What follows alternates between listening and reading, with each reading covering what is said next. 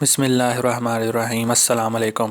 آج اس ویڈیو میں ہم حضرت شیخ سعدی رحمۃ اللہ علیہ سے منقول نیکی اور دانائی کا مقام ایک واقعے کے ذریعے بیان کریں گے، لیکن اس سے پہلے میری تمام دیکھنے والوں سے گزارش ہے کہ اگر ابھی تک ہمارا چینل سبسکرائب نہیں کیا تو فوری سبسکرائب کر لیں تاکہ آنے والی اچھی ویڈیوز آپ تک بآسانی پہنچ سکیں۔ حضرت شیخ سعدی رحمۃ اللہ علیہ بیان کرتے ہیں کہ ایک درویش جس کی پیشانی سے نیکی اور دانائی کا نور ظاہر ہو رہا تھا اور جس کا جسم جوانوں کی طرح مضبوط تھا، اس حالت میں ایک بادشاہ کے حضور پہنچا کہ اس کے لباس پر اوپر نیچے سینکڑوں پیوند لگے ہوئے تھے۔ بادشاہ بھی دانا اور مردم شناس تھا۔ اس نے درویش کی گفتگو سنی تو اندازہ کر لیا کہ اس شخص کی خدمات مفید ثابت ہوں گی اور اسے اپنے ملازموں میں شامل کر لیا۔ درویش نے غسل کر کے نیا لباس پہنا اور اپنے کام میں مصروف ہو گیا، اور پھر ایسی محنت اور ہوش مندی سے خدمات انجام دی کہ ترقی کرتا ہوا وزیر اعظم کے عہدے تک پہنچ گیا۔ پہلا وزیر اس نئے وزیر سے حسد کرنے لگا اور اس کوشش میں لگ گیا کہ اس کی کوئی غلطی معلوم ہو تو بادشاہ کے علم میں لائے اور اسے سزا دلوائے، لیکن درویش وزیر اعظم ایسا عقل مند اور نیک دل تھا کہ اس کے کسی کام میں عیب نکالا ہی نہ جا سکا۔ بہت عرصے کے بعد حاسد وزیر کو ایک ایسی بات معلوم ہوئی کہ وہ بادشاہ کو درویش سے بدظن کر سکتا تھا۔ بات یہ ہوئی کہ دو ایسے غلاموں سے جنہیں بادشاہ ان کے بہت زیادہ خوبصورت ہونے کی وجہ سے پسند کرتا تھا، درویش وزیر اعظم کی دوستی ہو گئی۔ یہ دونوں غلام وزیر اعظم کو بہت زیادہ نیک اور عقل مند ہونے کی وجہ سے ایسے پسند کرتے تھے اور فرصت کے وقت اس کے پاس آ جایا کرتے تھے۔ درویش بھی ان سے بہت شفقت سے باتیں کیا کرتا تھا۔ حاسد وزیر نے اس کی اس پاکیزہ دوستی کو اور ہی رنگ دیا اور نمک مرچ لگا کر یہ من گڑھ داستان بادشاہ کو سنا دی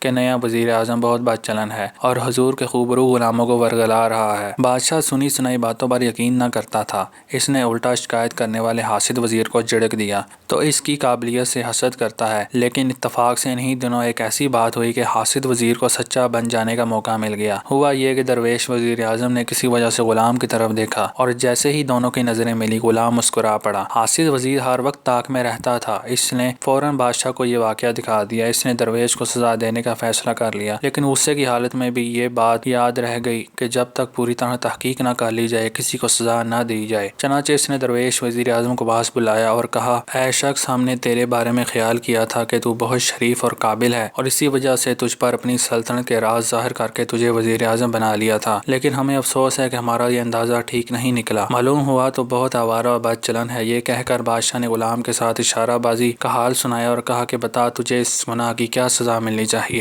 درویش وزیر اعظم سمجھ گیا کہ حاسد وزیر کی کارستانی ہے۔ اس نے نہایت ادب سے جواب دیا، حضور مالک ہیں، جو چاہے سزا دیں، لیکن سچ بات یہ ہے کہ حضور ان کے غلاموں سے میل جو رکھنے کا وہ مطلب ہرگز نہیں جو حضور کو بتایا گیا ہے۔ اس کی وجہ صرف یہ کہ جوانی کے دنوں میں بہت خوبصورت تھا۔ حضور والا کے ان غلاموں کو دیکھ کر مجھے اپنی زندگی یاد آ جاتی اور اسی یاد کو تازہ کرنے کے لیے میں ان سے باتیں کرتا ہوں۔ بادشاہ کو یہ بات ٹھیک معلوم ہوئی۔ اس نے درویش وزیر کی تعریف کی، اسے انعام اکرام سے نوازا اور حاسد وزیر کو سزا دی۔ تو دوستو، حضرت شیخ سعدی رحمۃ اللہ علیہ نے اس حکایت میں دو اصولوں کی طرف اشارہ کیا ہے، ایک عام آدمی کے لیے اور دوسرا حکمرانوں کے لیے۔ عام لوگوں کو یہ باور کراتے ہوئے کہا کہ اعلیٰ اوصاف ہی انسان کو خاک سے اٹھا کر افلاک پر پہنچانے کا باعث بنتے ہیں۔ ان میں شیریں گفتاری، حوصلہ اور نیک چلنی سر فہرست ہیں۔ درویش نے ان اوصاف کے باعث نہ صرف ترقی کے اعلیٰ مدارج طے کیے بلکہ اپنے دشمن کی سازش کو بھی ناکام بنا دیا۔ حکمرانوں کے لیے سعدی رحمۃ اللہ علیہ کا مشورہ یہ ہے کہ عہدوں کے لیے بہترین لوگوں کا انتخاب، غصے کی حالت میں ہوش و حواس پر قابو رکھنا اور پوری تحقیق کے ساتھ فیصلہ کرنا، یہ وہ اصول ہیں جو حکومت کو دوام اور حکمران کو حیات جاویداں عطا کرتے ہیں۔